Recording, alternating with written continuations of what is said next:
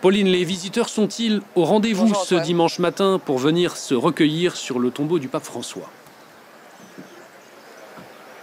Et oui, en effet, ils sont au rendez-vous. La basilique a ouvert ses portes depuis 7 heures ce matin et les visiteurs sont là pour aller se recueillir sur le tombeau du pape François qui a été inhumé ici hier. Il y a beaucoup de monde, comme vous pouvez le voir. Il y a une longue file d'attente qui longe la basilique et qui va même au-delà. Alors pourquoi est-ce que le pape François a choisi de se faire inhumer ici?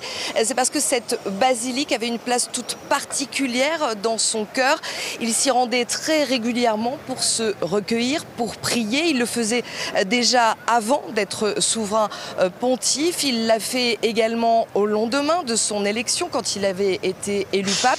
Et il le faisait aussi également à chaque fois avant de partir lors de ses voyages et à chaque fois qu'il revenait de ses voyages. C'est une basilique qui est dédiée au culte de la Vierge Marie. La Vierge Marie, je vous le disais, avait une place toute particulière dans le cœur du pape François. Et puis il voulait être inhumé dans une basilique qui se trouve au cœur de Rome. Ici, nous sommes vraiment au cœur de Rome. Il voulait que les pèlerins, le peuple, puisse venir se recueillir sans problème sur son tombeau. Sachez également que sur son tombeau, c'est un tombeau qui est tout simple, comme il le désirait, comme il l'avait dit dans son testament.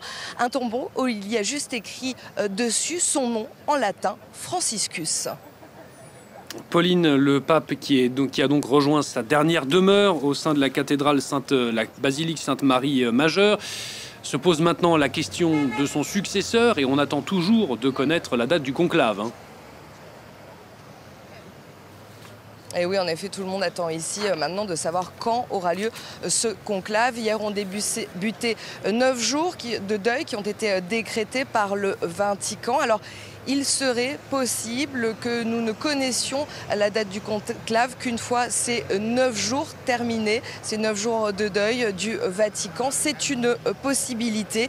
Alors il y a ici 252 cardinaux. Sur ces 252 cardinaux, il y en a 135 qui sont des cardinaux électeurs et qui voteront le jour du conclave pour élire le successeur du pape François.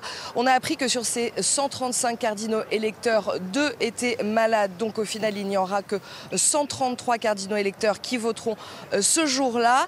Pour le moment, les 250 cardinaux qui sont ici sont là pour assister à des congrégations générales. Ce sont des réunions qui sont extrêmement importantes et qui ont eu lieu cette semaine, qui auront eu lieu encore la semaine prochaine. Ces réunions, elles permettent en fait de savoir ce dont a besoin l'Église et qui pourrait être aussi, quelles sont les tendances pour le successeur du pape François. Et c'est là aussi que les alliances se créent.